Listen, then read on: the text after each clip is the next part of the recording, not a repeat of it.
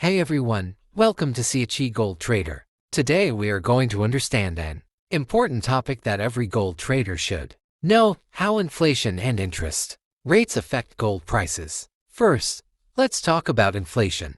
Inflation means the prices of goods and services are rising, and the purchasing power of money is falling. During high inflation periods, investors often look for safe haven assets to protect their wealth, and gold is one of the most trusted safe haven assets. That's why when inflation increases, the demand for gold usually rises, which can push gold prices higher. Now let's talk about interest rates. When central banks increase interest rates, saving money in banks or investing in bonds becomes more attractive because people can earn better returns. As a result, some investors move their money away from gold, which can create downward pressure on gold prices. This is the reason professional traders always keep an eye on inflation data, central bank announcements, and interest rate decisions, because these factors play a major role in determining the next direction of the gold market. Understanding these fundamentals can help you make smarter trading decisions instead of trading blindly.